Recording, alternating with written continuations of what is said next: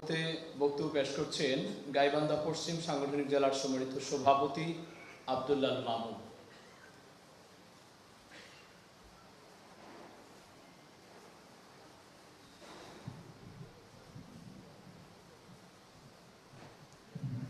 আসসালামু আলাইকুম ওয়া রাহমাতুল্লাহ।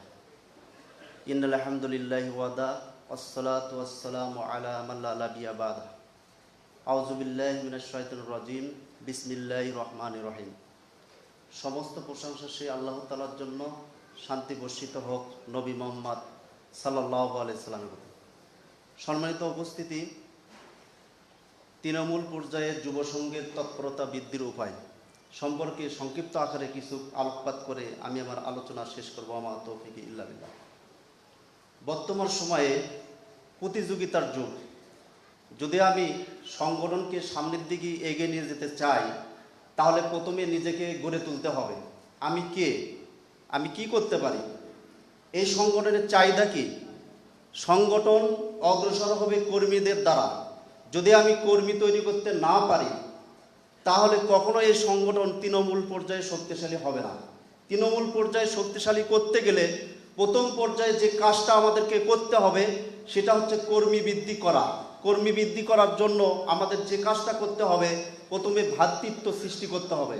আমার এলাকায় যদি 2-3 জন ভালো মেধাবী ছাত্র থাকে, তাদেরকে টার্গেট করে তাদের কাছে গিয়ে গিয়ে বন্ধু সৃষ্টি করে কর্মী তৈরি করার মাধ্যমে একটা শাখা গঠন করে তৎপরতার মাধ্যমে কর্মী তৈরি করার মাধ্যমে তৃণমূল পর্যায়ে সংগঠনের বৃদ্ধি করা সম্ভব। দ্বিতীয় পর্যায়ে শুধু কর্মী তৈরি করলে হবে না, কর্মীর সুখ দুঃখের সাক্ষী হতে হবে। তার দুঃখের বেলায় বিপদের সময় তার পাশে দাঁড়াতে হবে। সে কি অভাব বোধ করছে সেদিকে খেয়াল করতে হবে। একজন কর্মীর যদি কোনো অভাব থাকে ভেতরে, কখনো ওই কর্মী আপনার আনুগত্য চেঞ্জ অফ কমান্ড মানবে না। চেঞ্জ অফ কমান্ড মানার জন্য কর্মীকে সবসময় উৎসাহিতর ভেতর রাখতে হবে।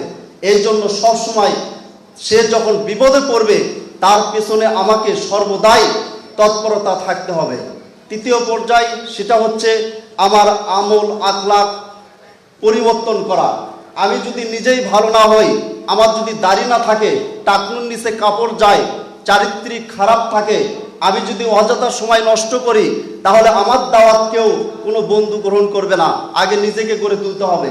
গড়ে তোলার মাধ্যমে আমার চারিত্রিকভাবে সমাজের বুকে যখন আমি দাওয়াত দেব, তখন আমার দাওয়াতকে গ্রহণ করবে। এই গ্রহণ করার মাধ্যমে সংগঠন সামনের দিকে অগ্রসর হবে। চতুর্থ পর্যায়ে আমার ভেতর থেকে বিলাসিতা কমিয়ে দিতে হবে। আজকে বর্তমান সময়ে আমরা বিলাসিতায় নিমজ্জিত হয়ে যাচ্ছি। সাহাবা ইকরামের দিকে লক্ষ্য করুন, তাদের কি অবস্থা ছিল, আজকে আমরা কোন পর্যায়ে চলে যাচ্ছি। এই জন্য সাহাবা ইকরাম যেভাবে আদর্শিক গ্রহণ করেছিলেন, লাকাদ কানা লাকুম ফি রাসূলিল্লাহি উসওয়াতুন হাসানা, এই চরিত্র আমাদেরকে বাস্তবায়ন করতে হবে। যতক্ষণ পর্যন্ত না আমাদের অন্তরে তাকওয়া সৃষ্টি অর্জন করতে পারবো, ততক্ষণ পর্যন্ত আমরা পশ্চিম কালেও সংগঠনকে এগিয়ে নিয়ে যেতে পারবো না। এবার আসুন, সংগঠনকে এগিয়ে নিয়ে যাওয়ার জন্য আমাদের যেটা দরকার, প্রত্যেকটা কর্মী তৈরি করার পর, শাখা গঠন করার পর তাদেরকে আমাদেরকে বারবার প্রশিক্ষণ দিতে হবে। তারা যখন ভুল করবে সেটা তাদেরকে স্বীকৃতি দিতে হবে। এই ভুলগুলো সংশোধন করার মাধ্যমে, প্রশিক্ষণ করার মাধ্যমে একজন কর্মী যখন তৈরি হবে, অটোমেটিক আপনার শাখার কার্যক্রম বৃদ্ধি হতে থাকবে এবং শাখা বৃদ্ধি হওয়ার মাধ্যমে অবশ্যই যুব সংঘের তৎপরতা বৃদ্ধি হবে। পঞ্চম পর্যায়ে যেটা বলতে চাই সেটা হচ্ছে সংগঠনকে মনে প্রাণে মেনে নেওয়া। আপনি এই সংগঠনে একজন সদস্য, অথচ আপনি হয়েছেন একজন শাইখ ভক্ত। আপনি এই সংগঠনে একজন কর্মী, আপনি একজন শাইখ ভক্ত হয়ে যারা বলে থাকে সংগঠন করাই হারাম, সংগঠন করা যাবে না, তাদের পিছনে আপনি মরিচিকার মতো আপনি ঘুরে বেড়াচ্ছেন, অথচ আপনি এই সংগঠনের কর্মী হিসেবে নিজেকে গড়ে তুলছেন। আপনি যতক্ষণ পর্যন্ত না এই সংগঠনকে মনে প্রাণে মেনে নিতে না পারছেন, ততক্ষণ পর্যন্ত এই সংগঠন পশ্চিম কালেও এগিয়ে যেতে পারবে না।